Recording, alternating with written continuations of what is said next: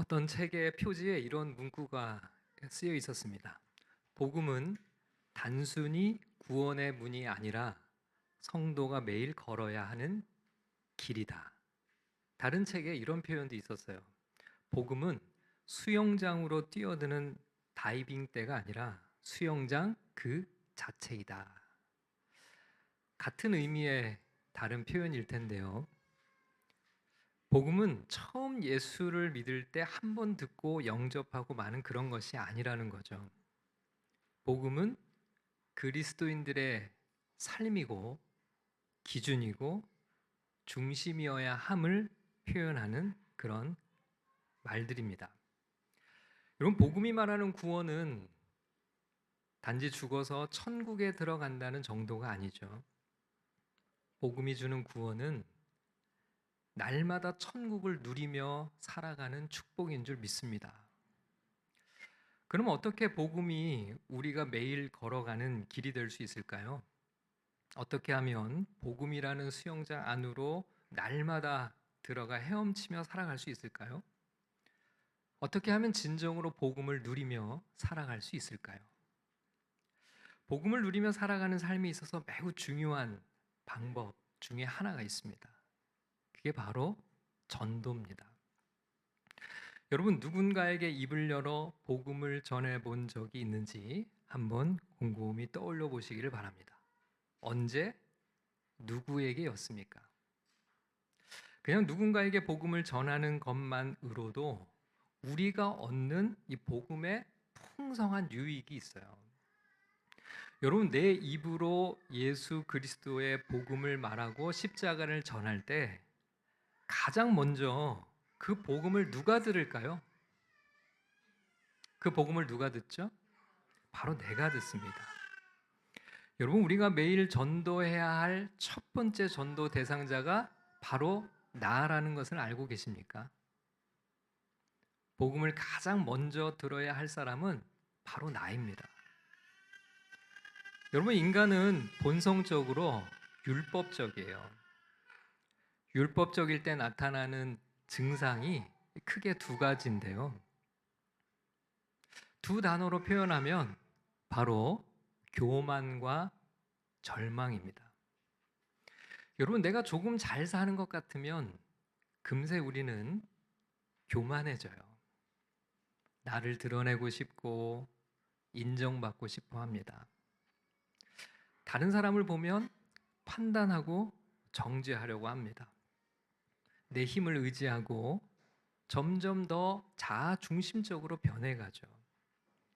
그러다가 실패를 경험하면 어떨까요? 내 뜻대로 되지 않고 좌절을 경험할 때 어떨까요? 그러면 금세 절망의 나락으로 들어가 버리고 맙니다.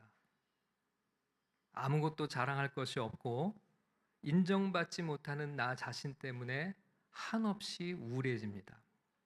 다른 사람을 보며 시기하고 질투하죠. 살 힘도 잃어버리고 무엇을 할 의지도 다 사라져버리고 맙니다.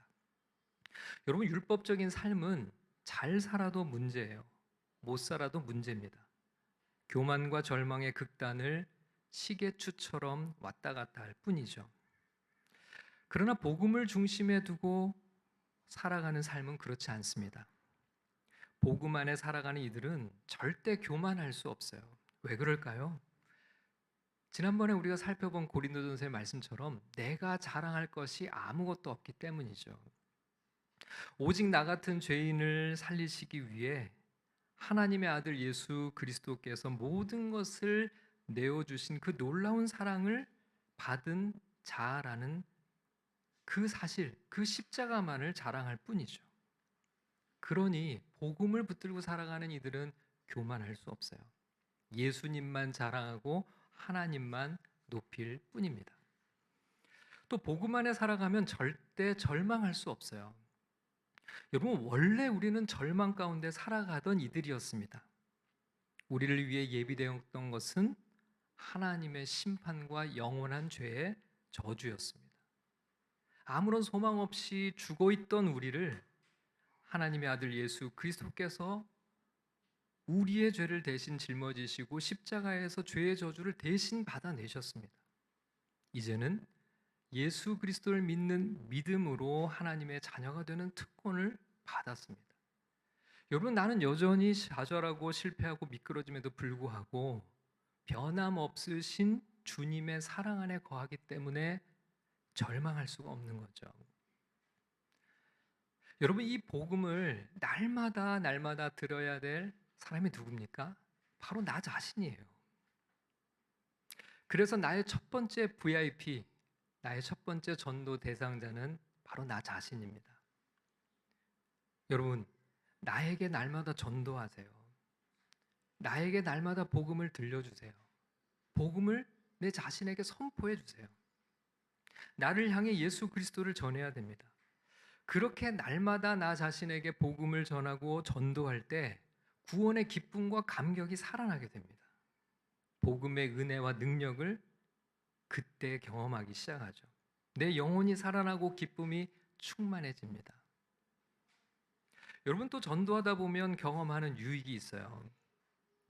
내가 예수 믿는 것이 얼마나 큰 하나님의 은혜임을 경험할 수 있습니다. 여러분, 전도해 보신 분들은 아실 거예요. 이 복음을 받아들이고 예수님을 믿는 일이 얼마나 어려운 일인지를 여러분, 우리가 전도해 보면 압니다. 어떤 사람은요, 절대 안 믿어지고 아무리 들어도 마음이 열리지 않는 사람들이 있어요. 예수님이 내 죄를 위해 십자가에 달려 죽으셨고 예수 그리스도를 믿기만 하면 우리에게 영원한 생명을 선물로 주신다고 복음을 전해 보십시오. 열의 아홉은요, 인상을 찌푸립니다. 듣기 싫은 티를 냅니다. 내가 왜 죄인이냐고 반문합니다. 죽으면 다 끝이라고 주장해요. 하나님이 없다고 무엇을 근거로 그렇게 자신 있게 얘기하는지 모르겠어요. 자기는 무조건 기독교가 싫다는 겁니다. 자기는 그렇게 생각하지 않는다는 거예요. 그리고 자기는 안 믿겠다고 그렇게 결정을 합니다. 여러분, 복음을 들어도 받아들이지 못하고 믿지 못하는 사람이 이렇게 많은데 우리는 어떻게 예수님을 믿고 이 자리에 있는 거죠? 우리는 어떻게 예수님을 이렇게 쉽게 믿고 하나님의 자녀가 되어 영원한 삶을 누리고 있는 겁니까? 설명할 수 있나요? 그저 하나님의 은혜밖에 없는 거죠. 하나님의 은혜 때문에 우리가 이 자리에 있는 거죠. 여러분, 우리가 전도하지 않을 때는 그 하나님의 은혜가 얼마나 큰지 잘 몰라요. 근데 여러분, 전도해 보면 압니다. 우리가 예수를 믿는 것 자체가 기적이에요. 내가 예수 그리스도의 이 믿음 안에 십자가의 사랑 안에 있다는 것 자체가 이루 말로 설명할 수 없는 하나님의 큰 은혜고 축복이라는 걸 우린 전도할 때 알게 돼요. 누군가에게는 이렇게 믿기 어려운 복음인데 나는 이렇게 예수를 믿고 살아가고 있다는 것 자체가 이루 말로 설명할 수 없는 은혜라는 사실을 우리는 전도할 때 경험하게 돼요. 모두 복음을 전해봐야 알게 되는 영적인 유익들이죠. 그래서 여러분, 전도할 때 가장 큰 수혜자는 바로 나 자신입니다. 다른 사람에게 전도하는 것 같지만 제일 먼저는 복음의 선포가 내 자신에게 들리고요. 그래서 내 영혼이 살아나고요. 다른 사람들이 복음을 받아들이지 못하고 거부할 때 복음이 이토록 믿어지지 않고 받아들일 수 없는 수많은 사람들을 접할 때 하나님께서는 이 세상을 창조하시기 전부터 나를 택하시고 나에게 이 은혜를 주셔서 믿음으로 이끌어 주신 그 은혜의 감사와 감격이 터져나오게 되는 거죠.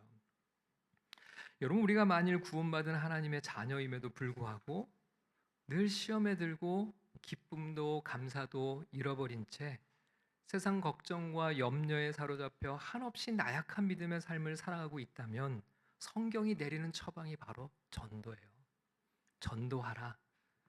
때를 얻든지 못 얻든지 복음을 전하라. 복음을 전할 때 내 영혼이 살아나고 복음을 전하는 교회가 능력 있고 건강한 교회로 성장해 가게 됩니다. 저는 우리 모두가 날마다 전도함으로 복음의 능력과 감격을 누리며 살아가는 그런 복된 삶이 되기를 축복합니다.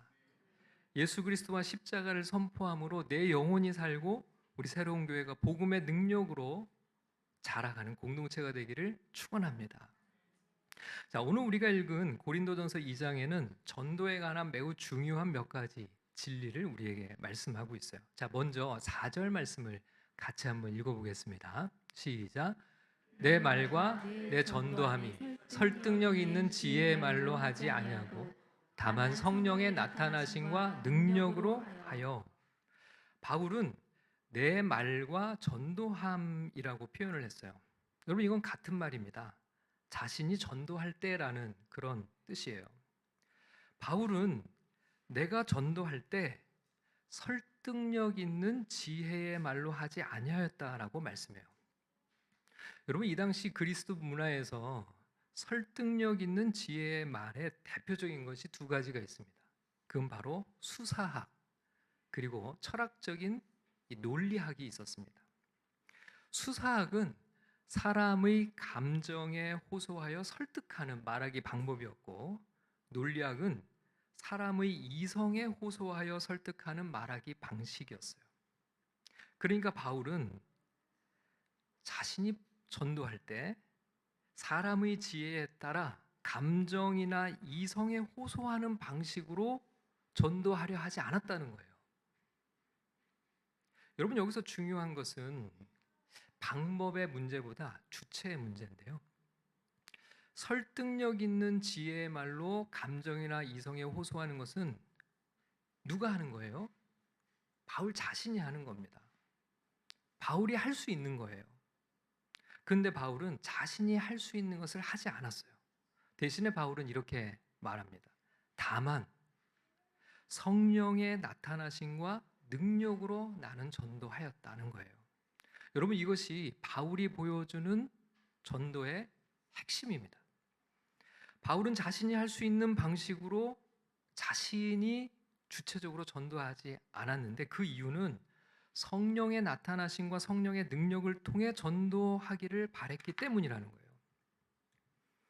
여러분, 이것이 고린도전서에서 발견할 수 있는 매우 중요한 진리입니다. 오늘 이 말씀 가운데 우리 모두에게 큰 은혜가 부어지기를 축복합니다. 자, 우리가 기억해야 할 첫 번째 진리입니다. 전도는 내가 하지만 전도의 열매는 성령이 거두게 하신다는 사실입니다. 자, 전도는 누가 해요? 전도는 내가 하는 겁니다. 그런데 전도의 열매는 누가 거두게 하신다고요? 성령이 거두게 하신다는 거예요. 이런 바울은 내 말과 내 전도함이라고 표현했어요. 바울은 분명 자신이 전도하였다고 말하고 있어요. 그러나 오직 전도의 열매를 거두게 하시는 분은 성령님이심을 그는 고백하고 있어요. 성령의 나타나심과 능력이 있는 전도여야지만 결실을 거둘 수 있다는 말씀을 하고 있는 겁니다. 여러분, 복음을 전하고 선포하는 것은 내가 할 수 있어요.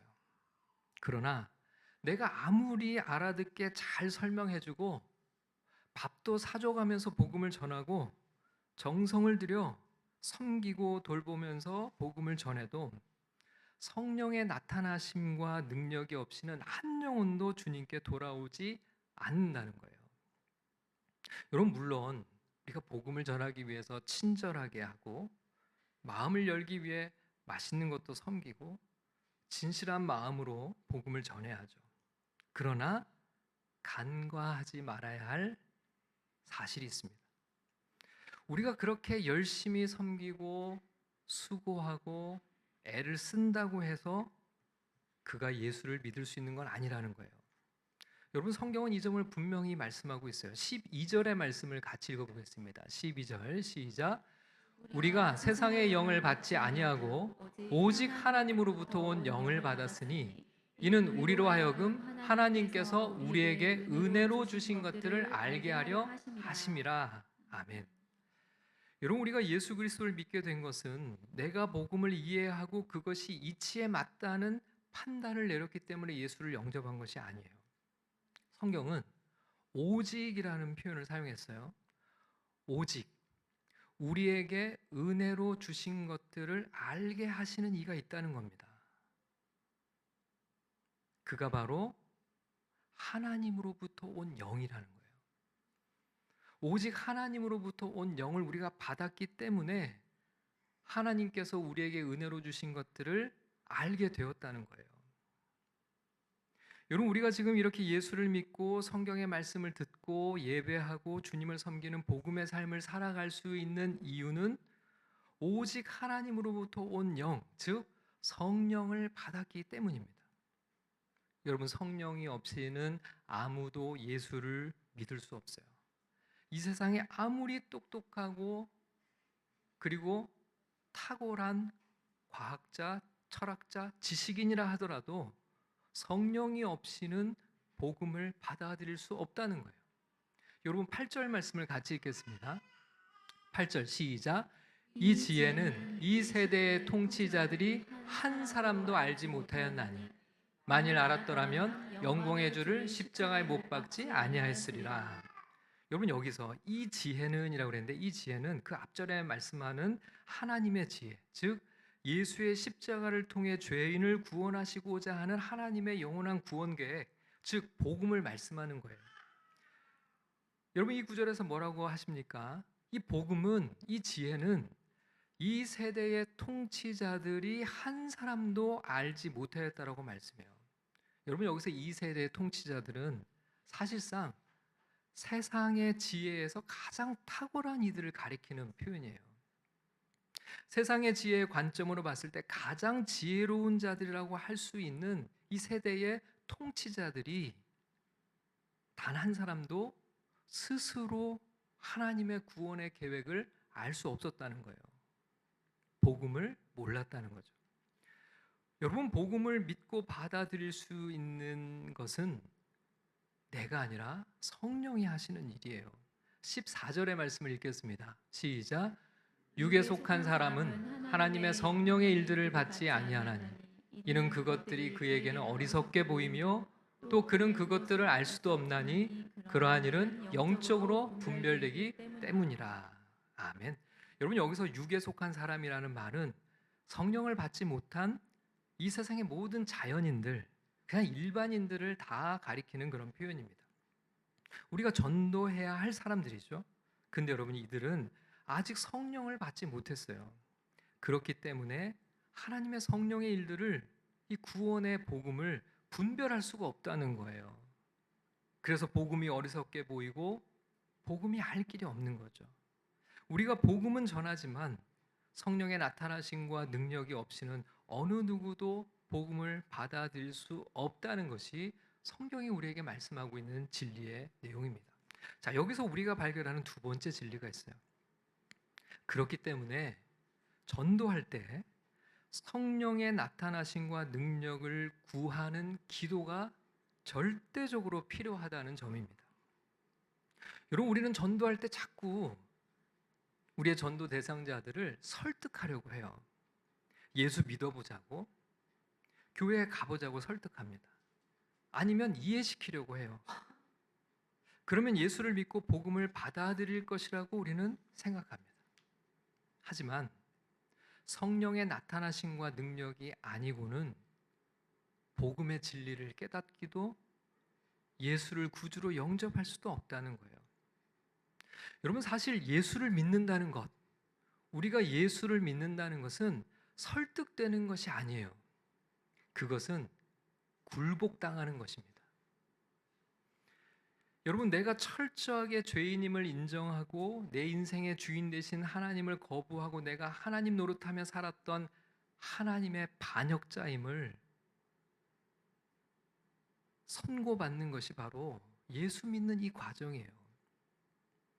내 뜻과 의지를 주장하며 살아왔던 가장 악한 존재가 나였음을 깨닫고 나 스스로는 이 모든 죄악의 덫에서 벗어날 수 없는 죄인임을 인정하고 그 결과 영원한 지옥의 형벌 아래에 놓여 있는 끝없는 영원한 삶의 사형수임을 인정하는 그 순간이 바로 우리가 예수를 믿는 순간이죠. 여러분, 이것은요, 내 이성과 감정 안에서 일어날 수 없는 일이에요. 오직 성령의 나타나심과 능력이 아니고서는 불가능한 겁니다. 철저하게 성령 앞에서 굴복할 때, 내 인생의 주인이 바뀌는 이 엄청난 대전환이 일어나는 사건이 일어나는데, 그게 바로 예수 그리스도를 내 삶의 구주로 영접하는 바로 그 순간입니다. 그렇기 때문에 우리가 전도하지만 이 전도의 열매는 우리가 할 수 있는 것이 아니에요. 성령의 나타나심과 능력으로만 가능합니다. 그렇기 때문에 복음을 전함과 동시에 우리는 늘 성령의 나타나심과 능력을 간구하는 기도를 주님 앞에 드려야 돼요. 기도 없는 전도는 열매 없습니다. 기도 없는 전도에는 성령의 나타나심과 능력이 없기 때문입니다. 오늘 본문이 말씀하는 것이 바로 그것이에요. 바울은 내 힘과 내 능력으로 전도하려 하지 않았다는 거예요. 오직 성령의 나타나심과 능력으로 전도하고자 애를 썼다는 거예요. 그렇기 때문에 그는 철저하게 성령을 의지하며 기도했다는 겁니다. 여러분, 그걸 보여주는 구절이 3절의 말씀이에요. 3절 말씀을 같이 읽어보겠습니다. 시작. 내가 너희 가운데 거할 때 약하고 두려워하고 심히 떨었노라. 바울은 자신의 힘과 능력을 철저하게 배제하고자 힘썼습니다. 대신에 오직 하나님의 능력이 나타나기를 간절히 소원했어요. 바울은 자신을 낮추고 또 낮추었습니다. 내 힘이 드러날 땐 하나님이 역사하지 않을 것을 그는 알고 있었죠. 그래서 그는 철저하게 자기 자신의 힘을 내려놓는 훈련을 했어요.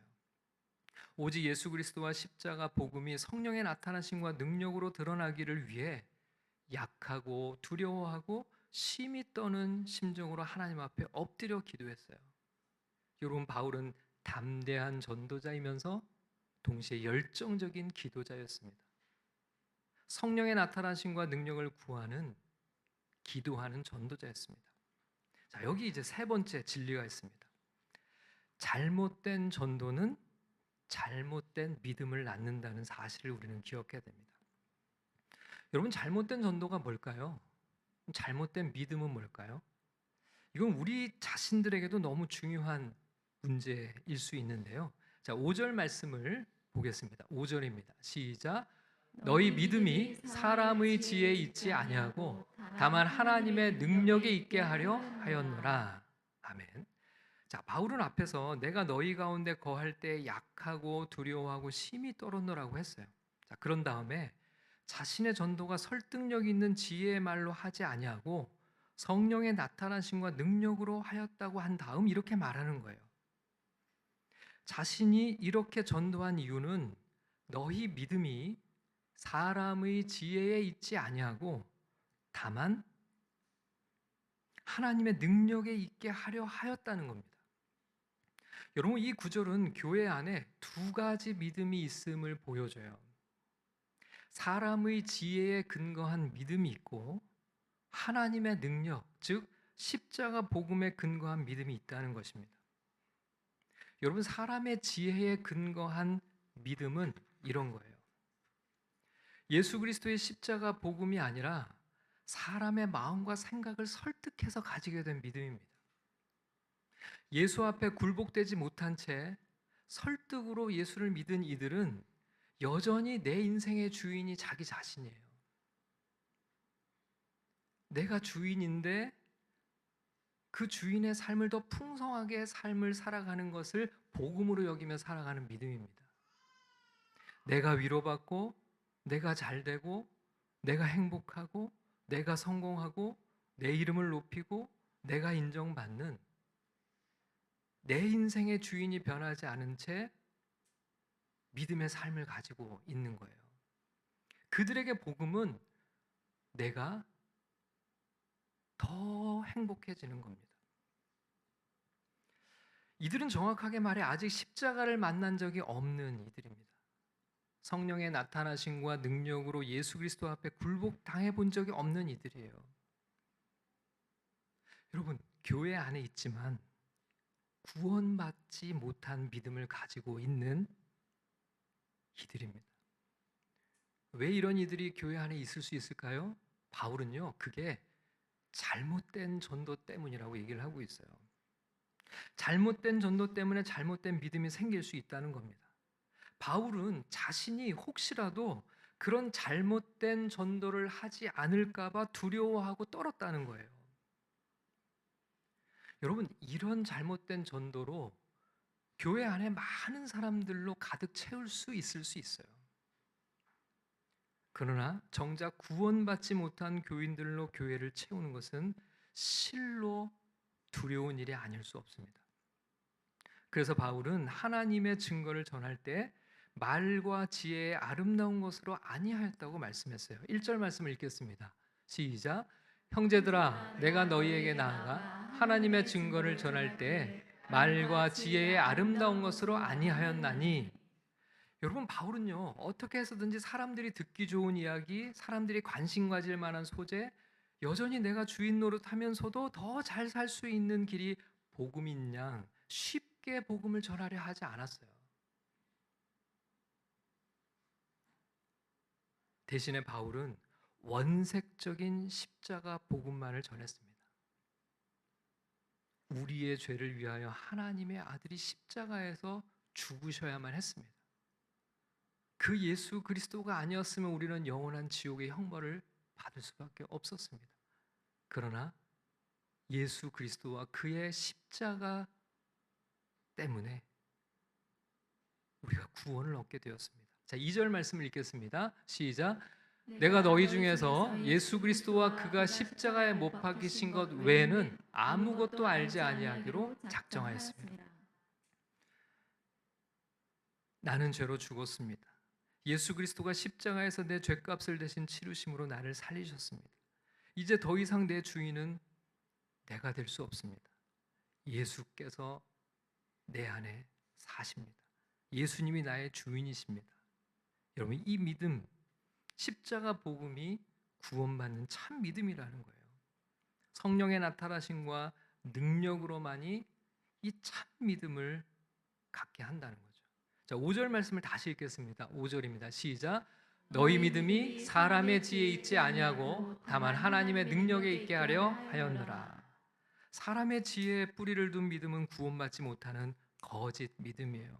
다만 하나님의 능력, 즉 예수 그리스도와 그가 십자가에 못 박히신 복음에 뿌리 내린 믿음만이 구원에 이르는 참 믿음입니다.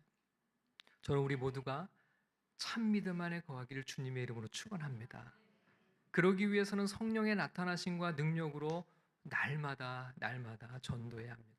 나에게 복음을 전하고 또 여전히 죽음 가운데 살아가는 이들에게 복음을 전해서 영혼들을 살리고 복음으로 구원받은 사람으로 날마다 우리 공동체가 함께 성장하는 그런 복음의 역사가 우리 가운데 일어나기를 주님의 이름으로 간절히 축원합니다.